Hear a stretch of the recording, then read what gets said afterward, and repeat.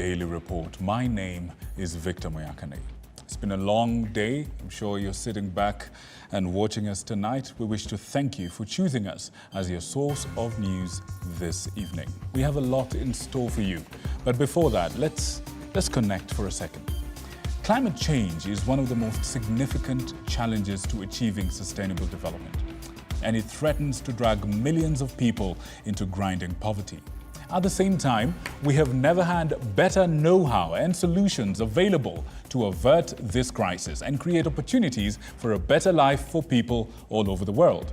Climate change is not just a long-term issue. It's happening now, today, everywhere. But in our quest to fight this monster, are the weapons we use hurting us? Let's talk sustainable solutions. And all this is going to happen in our segment Insight tonight. But for now, let's have a look at the highlights. Tonight on the Daily Report, more days for McKenzie behind bars. Controversial preacher Paul McKenzie and his co-accused to spend 47 more days behind bars as the DPP seeks more time to complete investigations. Dhambi kubwa ninayofanya duniani hivi leo mimi ni kula. And who killed Mayaka and why? Detectives in Kayole on the manhunt for 3 individuals said to be behind the gangland-style killing of DCI officer David Mayaka. The main suspect said to be out on bail on illegal weapon possession charges. And climate change, are solutions the problem? Tonight on The Insight, we focus on the solutions provided to stop climate change and whether they are effective.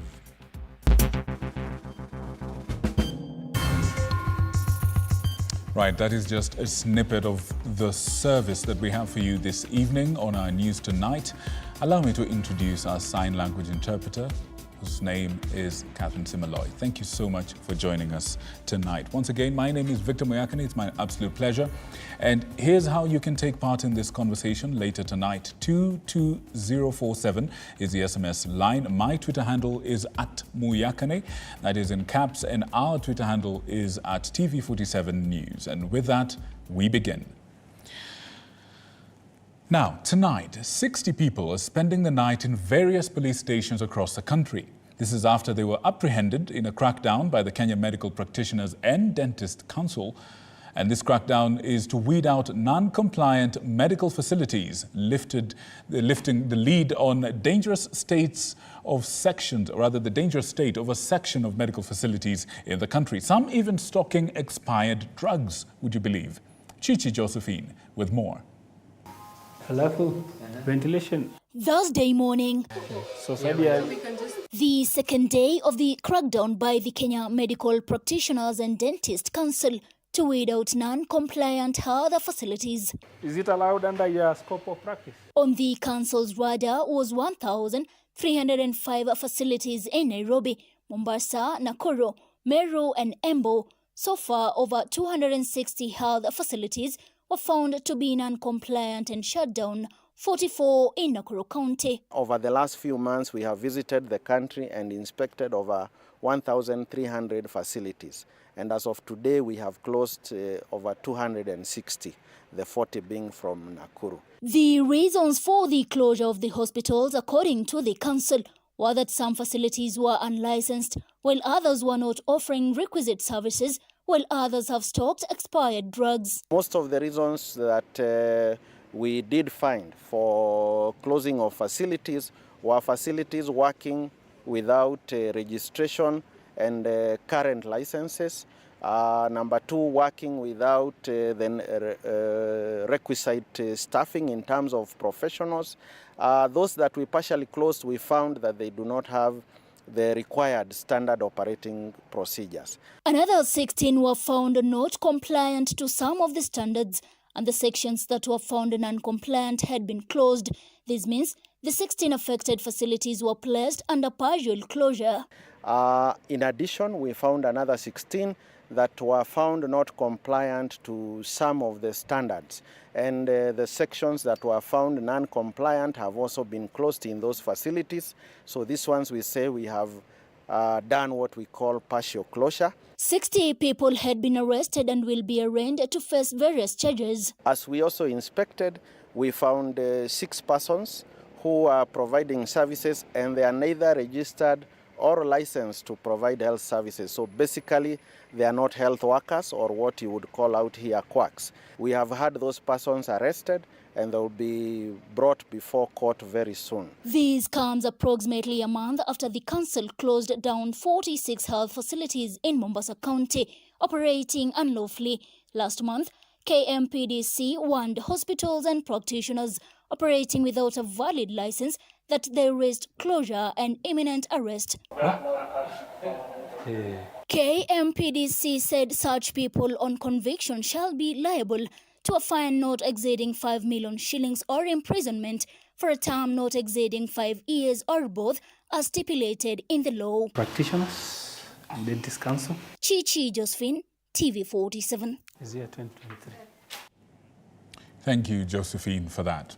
Now, Uasin Gishu County Senator and former County Governor Jackson Mandago has recorded a statement with the Directorate of Criminal Investigations.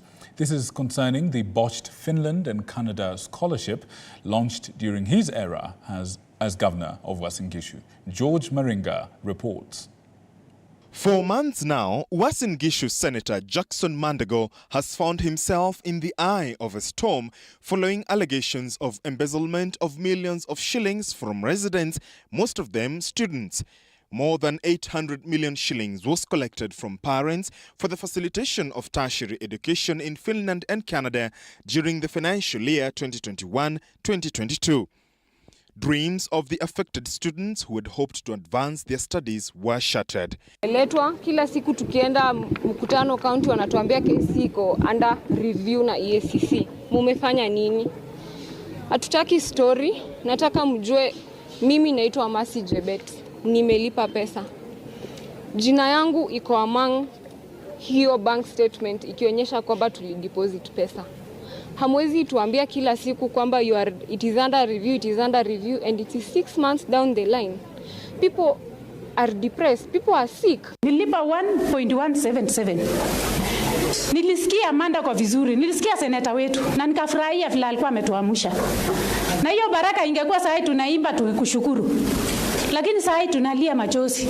On Thursday, Mandago, who is the former governor of Uasin Gishu, on Twitter said that he had recorded his statement at the DCI headquarters along Kiambu Road. This was in connection to the Finland and Canada Overseas Education Program. Atulali, ukilala unapoamka tu hivi au utalala tena. Niko na msichana anataka na join. Sina pesa chochote saa hizi. Ule mwingine nimefanya juu chini sababu mtoto atakaa for a long time. Ako na mimi. Mtoto amekuwa frustrated hata wakati mwingine halali nyumbani.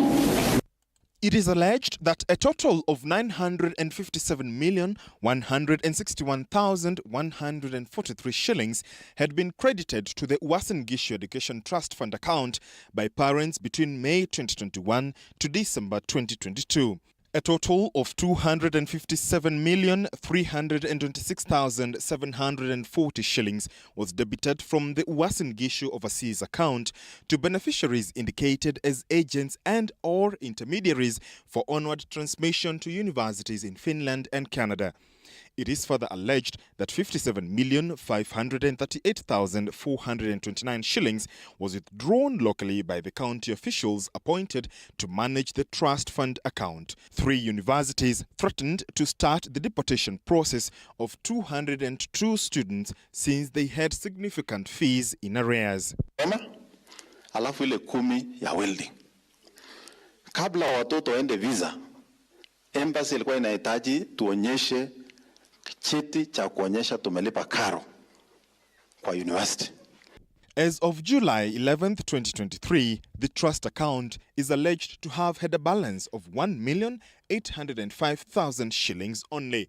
125 students who had paid their fees in full and were set to join several universities in Canada and Finland are yet to do so due to lack of money to sustain their studies. Investigations by the DCI and EACC continue. George Maringa, TV47, Nairobi. Right, the Shanzu Law Court has granted merit in the application by the state, further extending the custodial period to the controversial pastor Paul McKenzie and his co-accused for a period not exceeding 47 days. What this means is that to begin from the 2nd of August, this gentleman and all his people are going to spend a little more time in jail. So to begin from the 2nd of August, the defense lawyer Wycliffe Makasembo, however, has lamented his frustrations from the state, arguing that he has not been allowed to hold interviews privately with his clients, and therefore this threatens to interfere with the investigation process if that order fails to be implemented. Let's have a look at what this legal situation looks like. He came to court this morning hopeful that he would be let go on bail. But his hopes faded after the court granted the prosecutor's prayer to hold McKenzie and his co-accused for longer. Abatizwe, azaliwe mara ya pili, ndipo uone ufalme wa mbinguni. Appearing before the senior principal magistrate Yusuf Shikanda, the respondents would either be released with no restrictions, with provisions, or get a continued remand. Shall be remanded in custody for a further period not exceeding 47 days from 2nd August 2023. A continued remand was part of the prosecutor's applications before the court, which sought 47 more days to continue detaining McKenzie and his co-accused, quoting that some of the respondents had went through radicalizations and if released, that would interfere with the recovery process. That to some, identification parades are yet to be completed following various challenges, and that the nature of investigations has kept on evolving. The material tendered by the state reveals that most of the respondents left their homes for Shakahola with the intention of never to return to their rural or other homes. Given the nature and gravity of the matter, I do not think it would be prudent for this court to release the respondents without doing a background check of where they expected to go. Preliminary findings by the prosecutors has showed that most of the respondents are members of the Good News International Church, with whom most of their family members were rescued from the Shakahola cult, with more details indicating that all the respondents had hailed from different parts of the country to reside at the Shakahola forest. The respondents will be held at the Shimo, Letewa and Malindi GK prison, where the prison officers will be required to grant access to the investigators for purposes of conducting further interviews and recording statements. This, however, did not sit well with the pro bono defense lawyer Wycliffe Makasembo, who cited that the state has since frustrated him during the case process and now wants private interactions with his clients or else interfere with the prosecutor's investigations processes. I want to have private interview or session with my client. They are very sensitive issues. McKenzie, who has already been held for over 90 days, is being accused of being behind a cult that taught his followers to fast to death before burying their bodies at the expansive Shakahola forest. So far, 425 bodies have been found in the graves, with Interior CS Professor Kithure Kindiki promising severe action on McKenzie and company. Dhambi kubwa ninayoifanya duniani hivi leo, mimi Nikula. Paul Muniu, TV47, Mombasa. Now, still on legal matters, a Nairobi court has been told that the late Jeff Mwathi had tried to kill himself twice before he met his death on February 23rd. However, taking to the stand on Thursday, Jeff's uncle, Mushoki Mwathi, dismissed allegations that Jeff committed suicide. He denied that the Jeff he knew could not kill himself. Apart from being his uncle, he was also a very close friend to him. Mushoki told the court that he lived with his nephew, this is Jeff, the late Jeff for that matter, in the village before he shifted to Nairobi to live with John Kirumba, his younger brother. More witnesses are expected to testify in the inquest. The hearing continues on November 1st.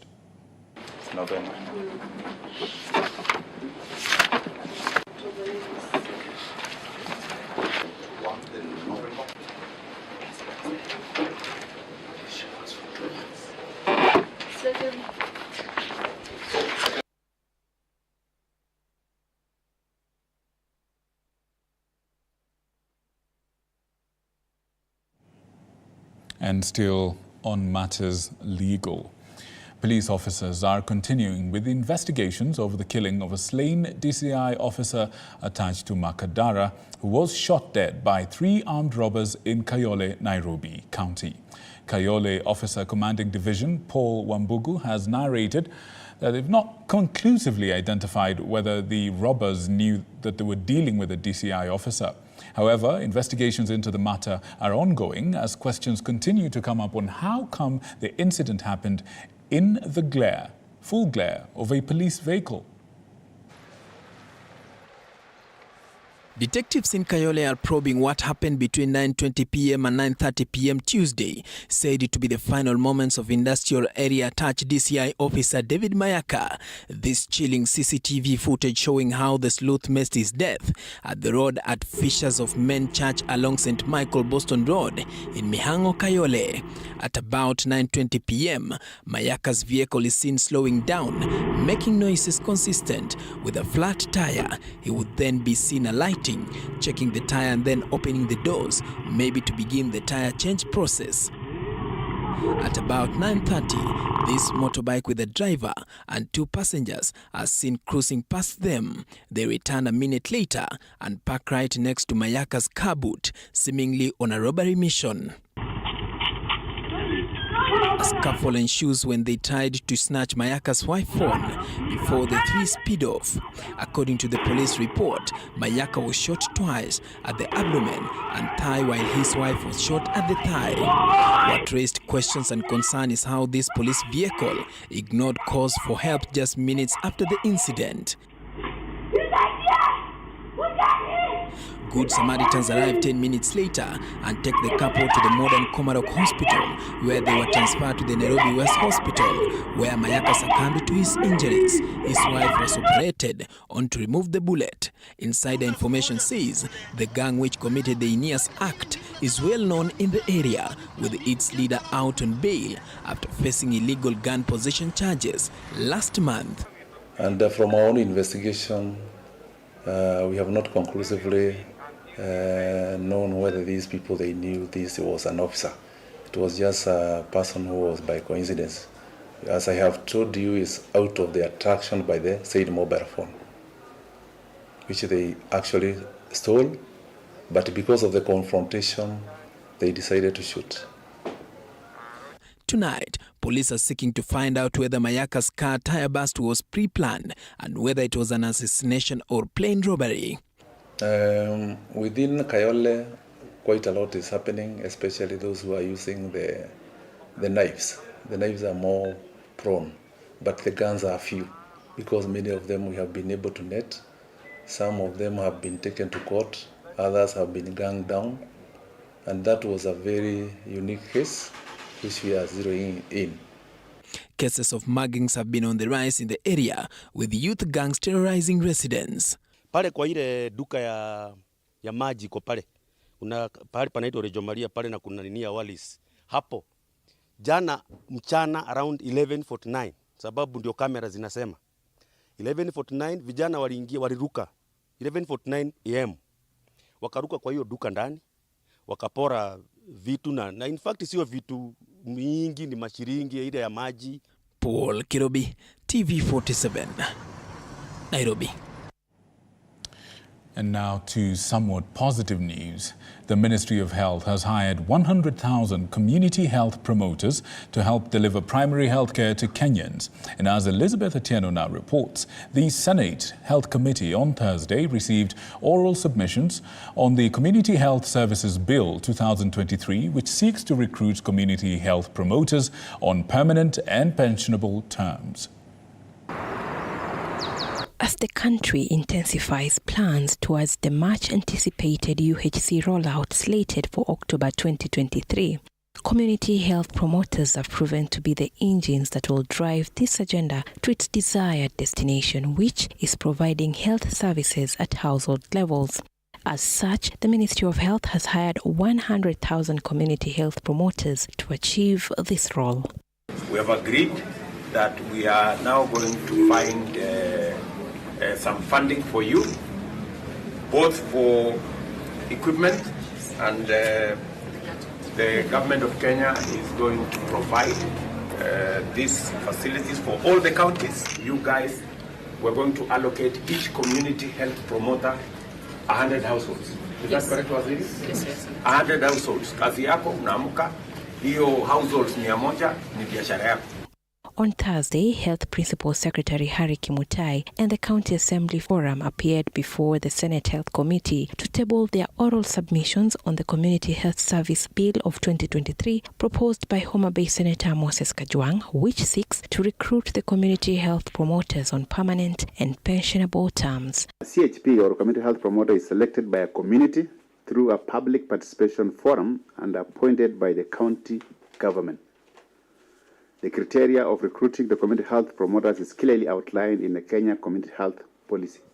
Health PS urged the committee to review the Primary Health Care Bill, which provides a potential avenue to address some of the problems affecting the country's community health promoters. The aim of the bill is to ensure that we are providing health care services as close to the people as possible, so that people, one, don't have to incur additional cost going to a level 4 for a service that could have been offered at level 1. Some of the issues highlighted in the bill include recruitment and stipends for the community health promoters, establishment of community health units, and referral mechanisms. Not to sound like there's sibling rivalry between us and the lower house, of course, but then I'm just wondering, I think we were the right forum within which to be seized of this particular bill. Since the primary health care bill that we have developed has some funding component, therefore it's a money bill, and which requires the National Assembly to handle it first. The community health promoters will sensitize the community on the importance of quality health services, provide community disease surveillance, keep and maintain a register of members in all households, and monitor the rehabilitation and integration of persons with mental illness into the community. Elizabeth Atieno, TV47, Nairobi. Right, now on our final installment of our special feature, Oasis of Hope. Tonight, we take you on a journey to Wajir North, where a remarkable transformation is taking place. What was once a land dominated by pastoralism has now blossomed into a realm of agricultural bliss. Take a look at this piece prepared by Sheila Chelangat. As the sun rises over the scenic landscape of Wajir North, a newfound passion for farming has taken root. The pastoralists, who have traditionally relied on livestock farming as their primary source of livelihood, have embraced a new way of life, one that revolves around the lush green fields of agriculture.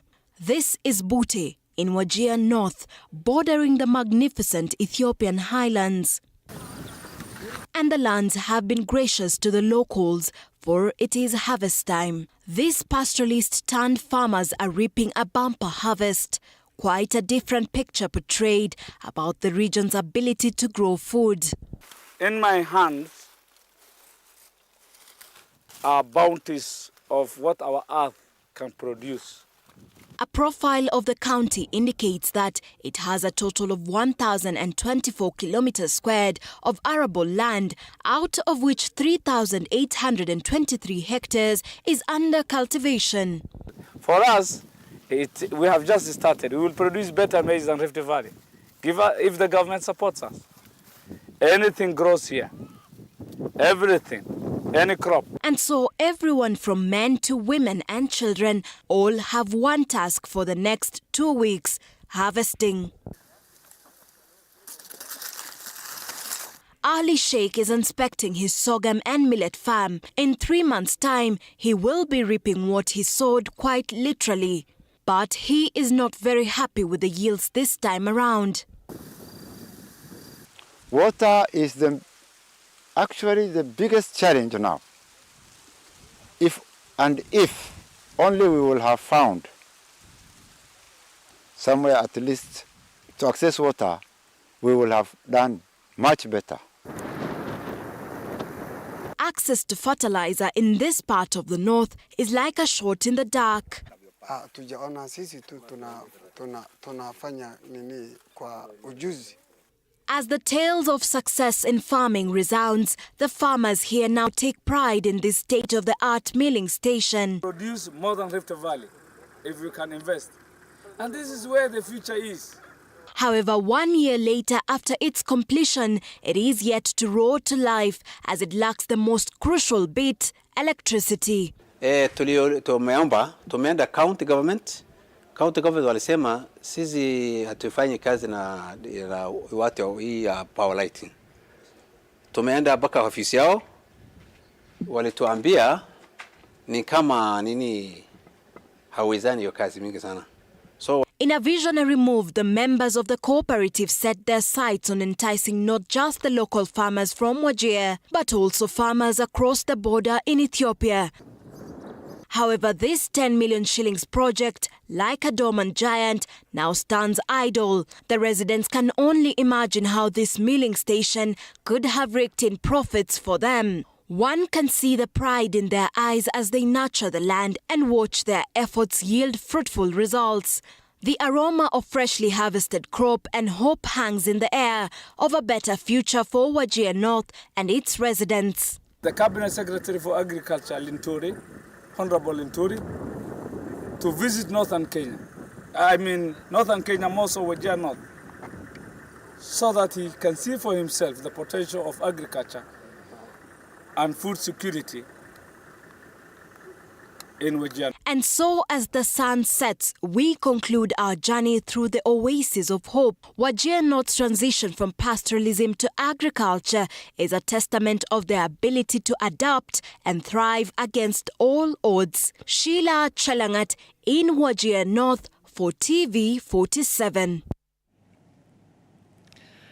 Now, away from matters agriculture to matters of faith, and Christian faithful of the Man-Min Church in Kenya are mourning the death of their founder and senior leader, Bishop Professor Dr. Byong Hong Chong. The leaders from various Christian faith converged at the Nairobi Man-Min Church in Umoja to eulogize the fallen bishop, who was credited for creating projects in education and health for the downtrodden of society. Of course, Man-Min Church is, Central Church rather, is a Protestant Christian church founded in Seoul, Korea, South Korea for that matter, in 1982 by Bishop Jae-Rock Lee, and is one of the largest churches in Korea. Celebrated the worthy life of a spiritual icon, and we have celebrated his legacy. Ever since he came to Africa and being close to him, we have seen his love and sacrifice as a true man of God. We are ready to carry on and to take the mantle and to spread the gospel of holiness, and at the end of everything, we'll enjoy eternal life with him. It is now our chance that we all unite together. This is not a time of division. This is not a time of looking at who is higher, who is lower. It's a time to unite together. Let us remember the unity of the early church. Right, time now for some business news. And in a bid to achieve the government's affordable housing project, Finsco Africa is targeting to build 10,000 affordable housing units in the next 5 years in Kiambu, Nairobi and neighboring counties. The real estate company has partnered with the National Bank of Kenya to allow its customers to access financing, where the bank will be financing customers with up to 70% to enable them to own a home. The partnership involves both development financing and user finance with a repayment period of up to 10 years. We are giving people opportunity to have a gated community because you're going to do a perimeter wall. We are going to do roads, access roads. We are going to give, there's already existing water. There's already existing electricity, a three-phase. So it's somewhere that we expect people to come and start living. I want to assure you, once you do one project and its quality, the word of mouth and the assurance from these people, you not only do one project. To me, I foresee us, because I have joined you and we are part of this team, doing more than 100 projects, not only in Nairobi, but in all the towns in Kenya. National Bank is giving mortgages for the land, where they're giving you up to 10 years. 10 years payment plans. The initial stage in terms of documentation when it comes to this project is first and foremost to pay at least 30% of the purchase price. Thereafter, you execute a letter of offer, and subsequently we are able to do a sale agreement on your behalf. When I looked at the project, what I was interested in is the educational facilities that will be there to serve the community that I thought is going to be a great community. Now, Stanbic Bank has recorded a 7.1 billion shilling profit after tax, representing a 38% half-year increase attributed to improved total interest income. The bank's return on equity rose by almost 5%. However, loan loss provisions were increased to 2 billion shillings, accounting for the non-performing loans that stood at 10 billion shillings. Has announced a 7.1 billion Kenyan shilling profit after tax for the half-year period ended June 2023, attributed to strong revenue and balance sheet growth. We also put a big anchor in terms of investing in women entrepreneurs. I mean, a lot of this, whether it's sustainable development goals or our own national agenda, we believe investing, that is up 21%, to 8.4 billion from where we were 6.9 last year. A lot of that is to continue to build. Cumulatively, we have invested much more than 13 billion of that in that business. Net loans and advances, however, grew to 244 billion shillings, up from 217 billion shillings. This cost-to-income ratio was in the mid-50s. In 2021, we brought it to just over 50%. Last year, we brought it to 48%. It's now 41.6%. And we continue to work on that journey. And what does that exactly mean? It's balancing our need to invest, but also extracting maximum value from the investments that we've made. The bank says from the growth in profits, shareholders can look forward to a dividend payout of 1 shilling and 15 cents per share. What you need to see is the confidence that the management team sees the curve, sees the strategies being adaptable enough, and now we can drive the changes. And for us, so the 6 measures which I spoke up last time, our clients remains a key area of delivery, in terms of how do we do our satisfaction levels, how do we engage them. Total operating expenses grew from 7.3 billion shillings to 8.7 billion shillings on account of higher staff costs that hit 3.8 billion shillings and the doubling of loan loss provisions from 998 million shillings to 2 billion shillings. Hibak Said for TV47. You are now up to date with our daily reports. Time now for a little bit of insight tonight. For the next half hour, we're going to look at climate change solutions and sustainability. That's something that's very, very important right now to you and I, and that's something we're focusing on tonight. 22047 is the SMS line, at TV47KE, at Muyakane on Twitter. Let's have that conversation. All that and so much more after the break.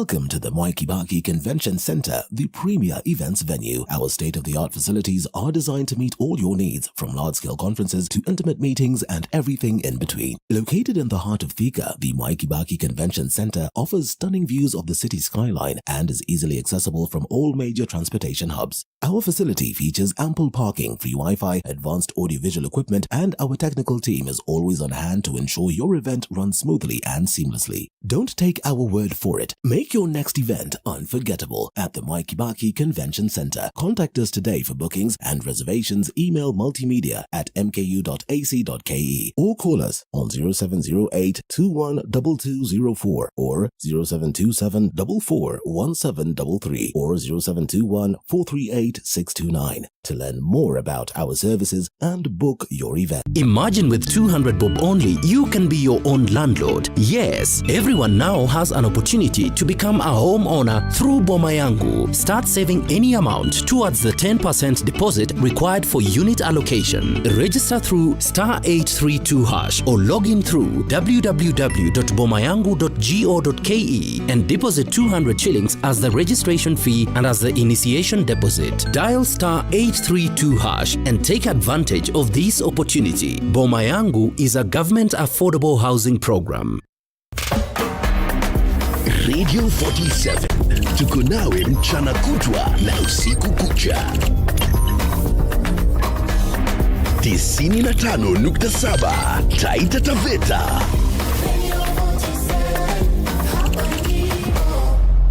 Tunavuma na bado. Do you want to advertise your business or product and you are on a budget? Then Marquee Africa is the site for you. To advertise, upload a picture or video clip of your business or product and let the clicks get you clients. Get 4,000 clicks for as low as 1,000 bob. Get the app on the Google Play Store or iOS App Store or visit the website www.marquee.africa. Terms and conditions apply. How much? No.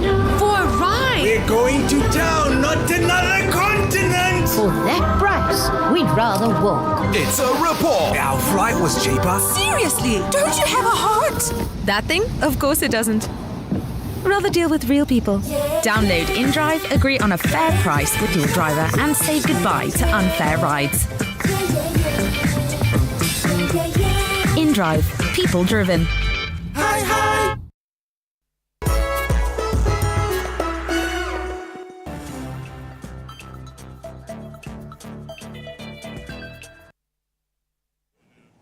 Good evening and welcome to Insight Tonight.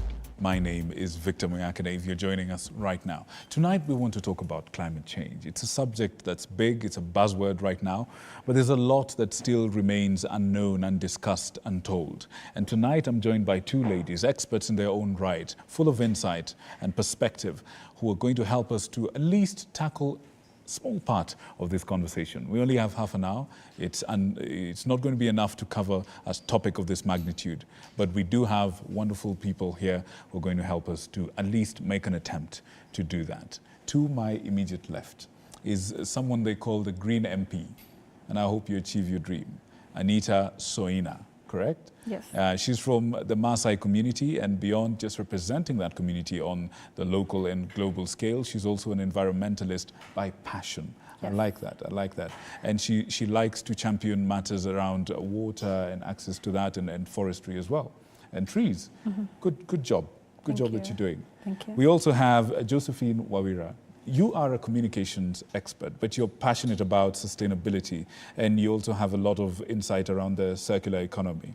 We appreciate you for coming. Thank you for joining us. Ladies, let's look at this thing from a different perspective. I want you to tell me from where you sit. We'll start with you, Anita. What is the problem currently with how we are dealing with climate change? From where you sit. You've been active in this space. Yeah. What do you see is going wrong? Okay. From where I sit, I would say there's lack of political goodwill from across the world, where we really are transitioning well when it comes to words, but then we don't really see the actions being put and we don't see actions well enough to be able to see that we are really keen on combating climate change.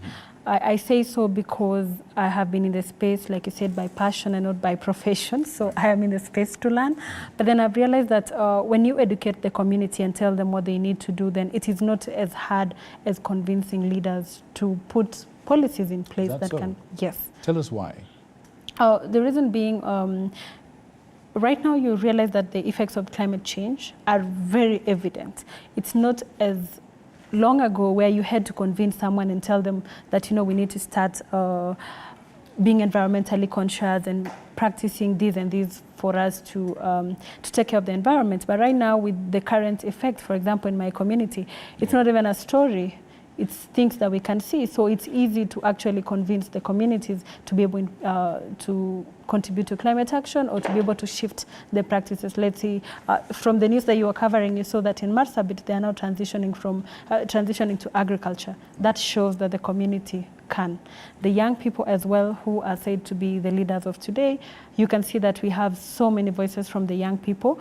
Young people are no longer saying that we want to be heard, but they are saying, I am coming to the table because these are the solutions that we have to climate crisis. So to me, my problem still remains lack of political goodwill, and that's why I went for that seat. Oh, is that so? Yes, you want a change from within? From within the corridors of power. Trojan horse type of thing. Yes. Josephine, from where you sit, where are we getting it wrong? I think first of all is to admit that, like she said, the effects are very clear right now. And unfortunately, we are still dealing with a lot of jargons. We are still dealing with a very big picture like climate change for some of these people, some of the communities, even some of us in the industries, is something that is affecting other people. All right. So bringing it home, and I'm glad to see stories like what you have done, because that now brings out the perspective of how is climate change affecting people on a day-to-day basis. How is the farmer losing crop yields because of prolonged droughts or rainfall, and how can they be able to adapt to climate change impacts? For instance, I'll give you a story in South Sudan, where a certain village was farming maize and millet and sorghum. However, changes in climate meant that their farms now are flooded. Their fields now full of water. Right. The possibility here of going into despair is very high. But because of that sensitization and awareness creation from people who know better, people like us having a conversation right now, people moving from having the talk and going to the ground to help communities adapt and become more resilient, this village is now transitioning to rice farming. So instead of going into despair, they have found a better way of making better use of the water now. And so understanding and helping people understand, whether it is at a policy level, whether it is a business level, or at a community level, we must stop working in silos. We have to push for partnerships and collaboration. I'll give you another example of plastic waste, for instance, why I push for collaboration. So Kenya is very known for the implementation of the ban in plastic carrier bag back in 2017, which has been a huge success. However, challenges still are there because of the porous borders. For instance, we're having countries like Tanzania and Uganda who have not implemented the same. So if we move the same way that Kenya has gone, the same way Rwanda has gone, having that regional cooperation helps us to move that implementation to the next level. However, coming back to Kenya on a national level, making sure that we have, public-private partnerships. But for me, I push it a little bit further, because I say public-private is not enough. We have to make sure that we have the public-private and community partnerships. Right. Yeah? PPCP. Which is what Anita was talking exactly. about. And so that, just on that point of community, it seems to me, ladies, that in conversations around climate change, and you've touched on this, we're rushing towards wonderful policy, wonderful conferences with wonderful declarations, and we're forgetting one key component of all this: people. Can you tell us, in what ways, and you can finish your point, help us to understand in what ways we are failing to include people, and in what ways are we going to lose out because of that? I recently, and I like giving, because I'm a communications expert, I like simplifying this whole story. Right. And I recently, last month, was in Rwanda on the same mission to kind of understand what is working for them and what is not working for us. And the most surprising thing that I learned is that Rwanda is picking their policies, and especially on environmental issues, from Kenya. Is that so? Because Kenya is very good at putting in place, we are actually globally recognized for putting in place policy and regulations and legislations that support climate change mitigation, environmental protection, and all that. The only difference that there is, and I am not ashamed of saying this, is implementation. So moving from having that policy on paper to action. So like you're saying, even tomorrow I'll be hosting a forum, a roundtable that will be bringing together development partners, government, private sector, the youth in celebration or ahead of the Youth Day, but again bringing the conversation on sustainability, green jobs, and how we all can contribute. But even as we hold these conversations, even as the climate summit comes up in Kenya later in September, I believe, after we have these dialogues in rooms, in hotels, in conferences, we need and we must emphasize on the need of moving the step further, and those discussions that we have, those agreements that we sign, let's now go on the ground and let's implement them. But how to implement them is making sure, even at the policy formulation level, we don't put it at the top and then come and tell the people that this is what we have decided to do. Now you borrow to it or you leave it. It's involving the community from the get-go. So making sure that everybody is on the table is what for us is lacking. Yeah, I like that. I like that point. And I want you to jump in on that point. Some of the solutions that have actually been put out in other parts of the world have actually been community initiated and community led and community implemented, and to great success. And can you tell us, for example, the community that you come from? In some of the work that you do, I've seen you've been involved in quite a lot of work on the grassroots level. What sort of solutions are coming from the community level that do not have the same sort of support from the leaders as yourself? Yeah, I will start by saying that most of the times, like Shea has said, we have these discussions on the global level, for example, without having to consult and to understand from the community.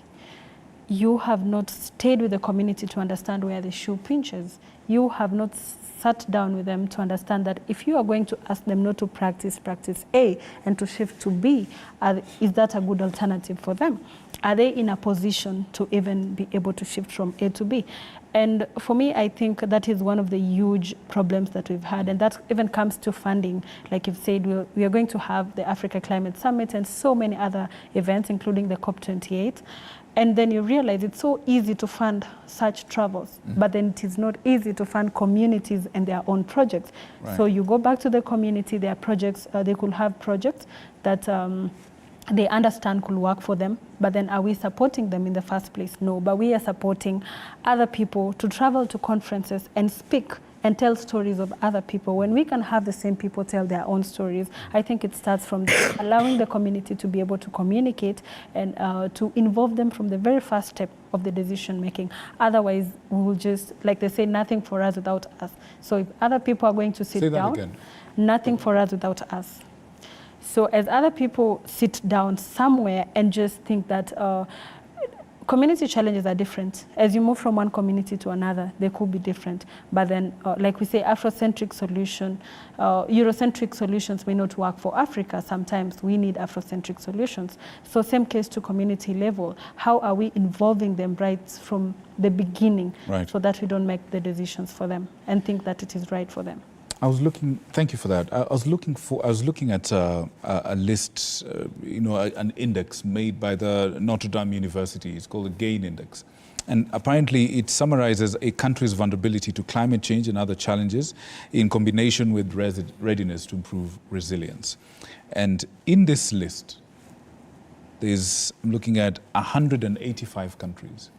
The top 10 countries that are best placed to adapt and to do this are all doing community-based solutions. They're all putting people at the center of their interventions. The top 10 countries are also not in Africa. The top 20 countries are not in Africa. The top 50 countries are not in Africa. The first African country on that list is Tunisia at number 69, followed very closely by Morocco. And then there's no African country for a long time until you get to Africa in the red list, the bottom list. There's this word, kitaturamba, right? Can you tell us how some of these Eurocentric, as you put it, let me come to you, these Eurocentric policies and solutions, help us to understand how they're actually doing more harm than good on the ground and what should be done about them? So one of the most unfortunate facts is that Africa contributes least to global emissions, but Africa suffers the most. And I remember making this argument to a group of people, and they were not very clear on why is this the case, because I think from the beginning you asked the question, are climate change solutions that we are implementing today working? Right. And if not, why not? One thing that we must admit is that even in Africa, we are trying the best that we can to implement solutions that work, that will help us to become more resilient to climate change impacts.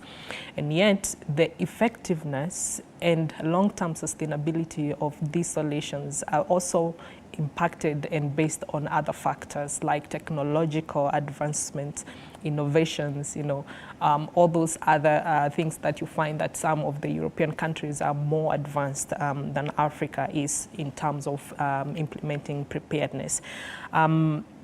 Again, there is also this notion that we also, you see the way I've said and started with this statement that, these are the big contributors, so they need to take more responsibility for what they're doing. So bringing that back home and saying, fine, we are where we are, so how about homegrown solutions? Because like she said, what works for them may not work for us.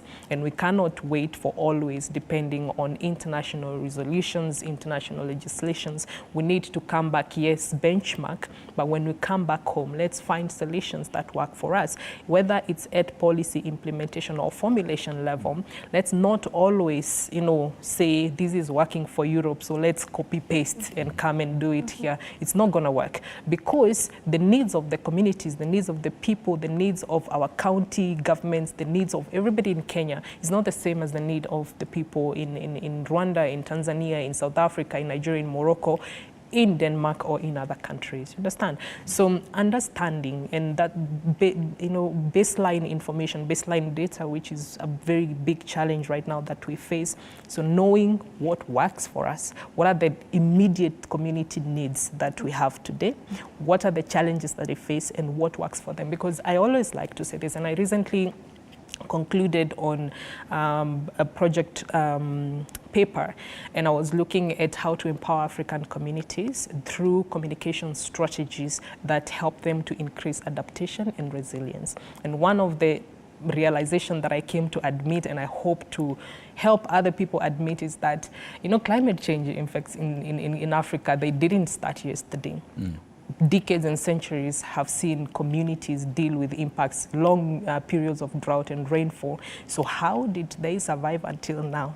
So that means there are strategies that those communities have indigenously put in place. There is indigenous knowledge. Away from conferences. Exactly. That, there are strategies and methods that have worked for them for years, even without us coming to tell them what to do. But are we tapping into that? Exactly. So now we need to, that's why I'm saying, let's go to the ground and say, what has worked for you? How did you deal with these long droughts for all these centuries? Our shoshos, our gukas, let's ask them, let's have these conversations with them. And then instead of coming and changing, let's tap into that and only help them to amplify. I like that. I like that very much. Let me shift the conversation a little bit. And Anita, your community is the community that you come from is a pastoralist community. We're starting to see a trend across Africa particularly, that where climate change and even climate change solutions are starting to fuel conflict. For example, conflict over natural resources like water, conflict over pasture. Can you help us understand from where you sit, what does the situation look like from your community? I can say the situation is really not good. You saw that on the road to COP27, there was a lot of pictures sharing of how climate change is affecting some communities, they say, in Africa. And most of these pictures came from the same community. As much as we had rains, the rains were not enough. Then this is where now we start seeing the nexus between climate and other issues like gender, education, where, for example, I run a foundation that helps to bridge the inequalities when it comes to access to quality education. But then you realize most of the times we are addressing challenges such as water shortages. And in a school, for example, that we've adopted in Kajiado West, the number of children has never been consistent in school. So because others have to move with their parents from one place to another, the girls have to stay at home, there's the issue of sanitation and hygiene due to lack of water and so many other challenges that is now leaving the community behind when other communities are moving ahead in so many things. And also when you look at human-wildlife conflicts, which is something that is currently on the rise, you realize that the animals are coming out of their homes, the parks, the elephants, for example, coming out attacking children, like you saw the baby that was killed by an elephant. Right. And I don't think for a community then you'll be able to speak to them about climate when to them they will just want to kill the elephant, and that leads to also another problem, which is biodiversity loss and all that. So I can say the situation is not really, really good on the ground. Right. I want, ladies, I want us to do something. For the next few minutes, I want you to paint a picture of what the ideal would be. Talk to me about the ideal response to this, the wish list. Give me your wish list. Who wants to go first? You want to go first, all right. So Anita, you prepare your wish list. I mean, the things that, if you had to give a speech to the whole world and the speech that everyone will have to implement everything, think of 3 things that are on your wish list that you want to see, the world would like to see. Let's start with you. Nature-based solutions. For me, if we go that route, if we implement nature-based solutions, and by nature-based solutions, I mean strategies and initiatives, projects that have an impact not just on people, but also on the environment, on the ecosystem in general. We are talking about reforestation. We are talking about, and reforestation also, we need to kind of create a very big mindset change. We keep talking about tree planting, but can we move to tree growing? Because I like that. Say that again. Exactly. Let's move from tree planting to tree growing. So nature-based solutions. Solutions, yeah. Number 2. And be accountable to reporting and being honest with ourselves. If we plant 10 trees, the most natural thing to happen is that about 5 to 6 of them are going to die. And so if we track this kind and report and be accountable, not to just say fluff up the numbers, fluff out just to look good and say we lost this, and so let's roll down the next activity to make sure that we cover the deficit. And this way we kind of implement in a way that we are not just looking to look good, but to actually do what is right, for our planet, for our ecosystem. How about, going in restoration direction, those dry lands, mangrove forests, and all those restoration. And I borrowed a lot from Rwanda in terms of implementation. Of nature-based They're doing better solutions. than us in terms of implementation, definitely so. On our own policies? Yeah, and also in policies. This is nature-based solutions for me is the ideal world, because then we look at the end of the day, it's not just the environment that is happy, the communities are happy, the government is happy because their policies are working, the private sector is happy because their businesses are thriving. Happy. Exactly. Anita, your ideal world. Paint a picture for us. They said we are borrowing the world. The leaders keep saying we're borrowing the world from future generations and young people. As a young person yourself, talk to me about the ideal world. I think for me, I have 2 points. One will have to come down to the leaders. Like, we want to see them being genuine about climate conversations. through the actions and the intentionality as well. And that has to come now through meaningful engagement of the communities, like we mentioned, and also meaningful engagement of the youth. I am speaking for the youth because I understand the youth have a stake when it comes to the health of our planet. But then, like our former Minister for Environment once told us that the challenge we have is that when youths are involved, it's symbolic and episodic, where it's not really meaningful. We just engage to tick the box. And I think that also happens at the community level, where we just want to show that we are at the community, but it is not meaningful. I see. Yes. I see.